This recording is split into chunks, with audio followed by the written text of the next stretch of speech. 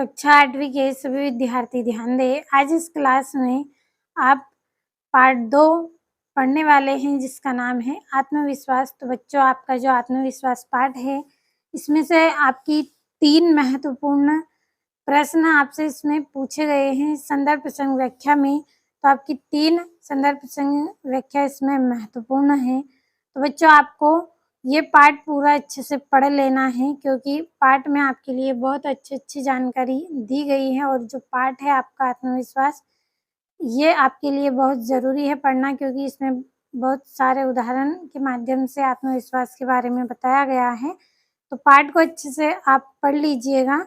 तो चलिए बिना किसी देरी के हम हमारे प्रश्न की ओर बढ़ते हैं। जो आपका सबसे पहला प्रश्न है वो किस तरह का है। तो संदर्भ प्रसंग व्याख्या में आपका ये सबसे पहला प्रश्न यहाँ पे बन रहा है।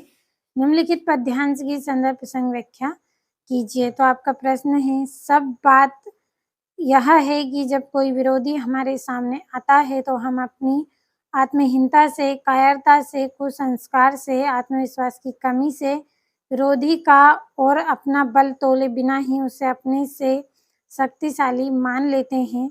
तो बच्चों, ये वाला आपका जो प्रश्न है ये IMP है, एग्जाम में आपसे पूछ लिया जाता है। तो इस प्रश्न की संदर्भ प्रसंग व्याख्या आज हम कंप्लीट करेंगे, तो वीडियो में आप लास्ट तक बने रहें। तो चलिए इसकी संदर्भ प्रसंग व्याख्या हम करेंगे। तो सबसे पहले आपको संदर्भ में क्या लिखना है। संदर्भ में आपको सबसे पहले यहाँ पे इस तरह से लिखना है, प्रस्तुत गद्यांश। क्या है ये? गद्यांश दिया गया है।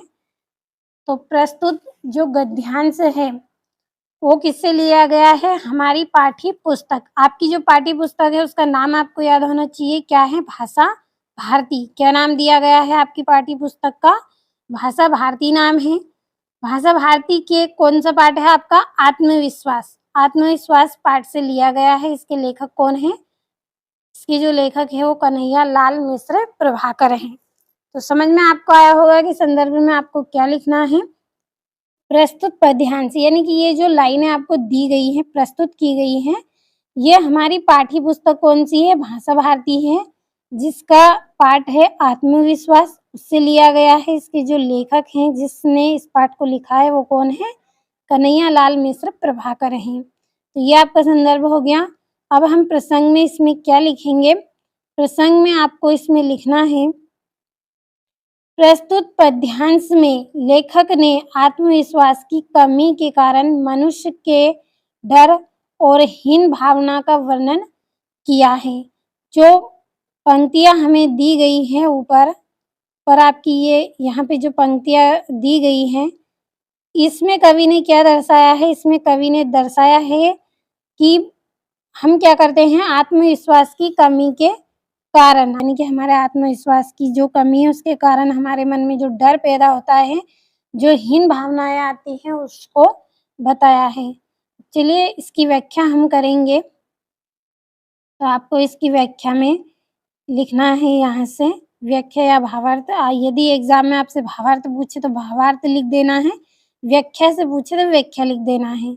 तो मैंने यहाँ पे कम शब्दों में एकदम सटीक आंसर आपके लिए तैयार किया है। ज़्यादा कुछ नहीं लिखना है, आपको केवल इतना लिख देना है कि लेखक कहते हैं, कौन कह रहे हैं? लेखक कहते हैं कि जब कोई विरोधी हमारे सामने आता है, क्या करता है? जब कोई विरोधी हमारे सामने आता है तो हम आत्मविश्वास की कमी के कारण उसे क्या कर लेते हैं? अपने से अधिक शक्तिशाली मान लेते हैं।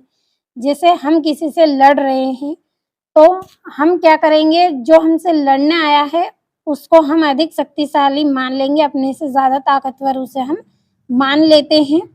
और वही क्या होता है, वहीं पर क्या होता है, हम अपनी क्षमता को पहचान नहीं पाते हैं।